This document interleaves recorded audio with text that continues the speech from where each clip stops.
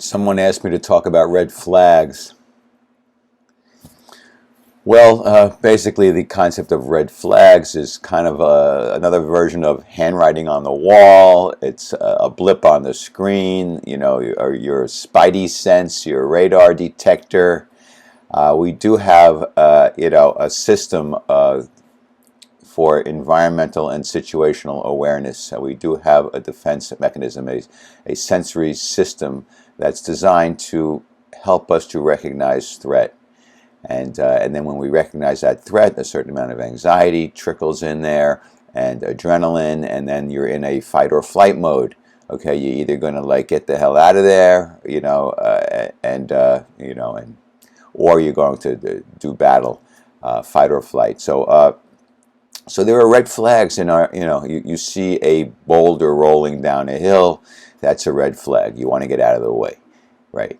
That's not so subtle. But in the terrain of relationships, the red flags oftentimes aren't that subtle either. You see a toxic person like heading right towards you, and because he or she is good looking and smiling at you, you're going to ignore the fact that there's a toxic waste dump heading your way, and you're going to pretend and in your mind that it's not really that at all. It's not toxic. Or it's misunderstood, or it can be fixed, or it'll all work out, or we can sweep it under the rug. You can't. This stuff doesn't happen. When you need to have your situational awareness up and running. When you meet new people, you have to be vigilant. You have to look for the red flags. Now, a lot of times they can be subtle. It can be a joke that somebody says. They make a joke, and you look at their sense of humor, because sense of humor can be a red flag. Yeah, if their jokes are usually at the expense of somebody else, they're probably not jokes. They're actually a form of an attack. If they're sarcastic and ridiculing and shaming, do you really want to have that person around in your life? Are they really complaining? Are they negative? I mean, that may be fine for you. There's no right or wrong or good or bad necessarily, but it's just, what do you want in a relationship? In my opinion, you should try to avoid attracting and hanging out with people who are toxic, who are abusive, who are hostile, who are negative, who are aggressive and unforgiving. I think you should have a checklist of those things, those traits and characteristics that you admire in people and those that you don't admire in people. But you want to look. You want to look to see how these people behave, particularly in the beginning of new relationships. You really want to keep an eye out for the kind of things they say. Where's their sense of humor? Is it inclusive, or is it derisive and ridiculing? And puts people down. You want to look at what their belief systems are, about right or wrong. Do they engage in?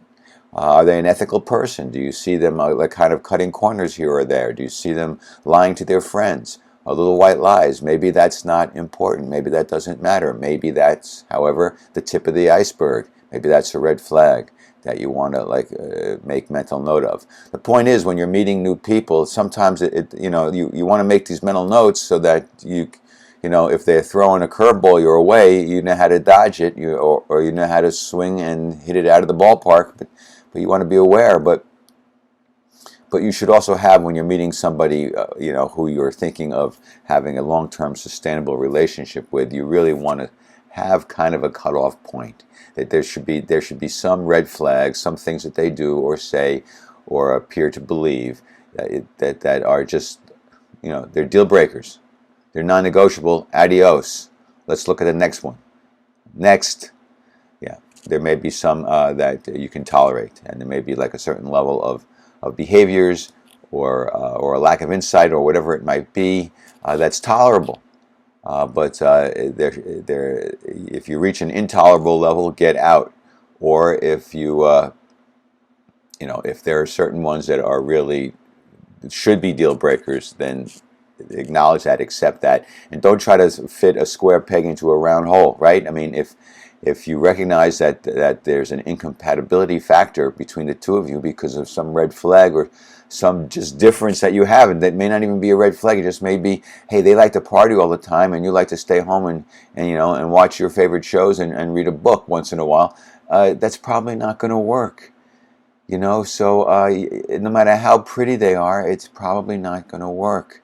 And so don't delude yourself, don't fool yourself. Know what you want in a person, in a partner. And if it's not there, move on. If there are red flags, if it is there, but there are red flags that indicate there's something wrong with this person on a core level, get out now. Save yourself a lot of time, money, aggravation, emotional pain, possibly physical pain.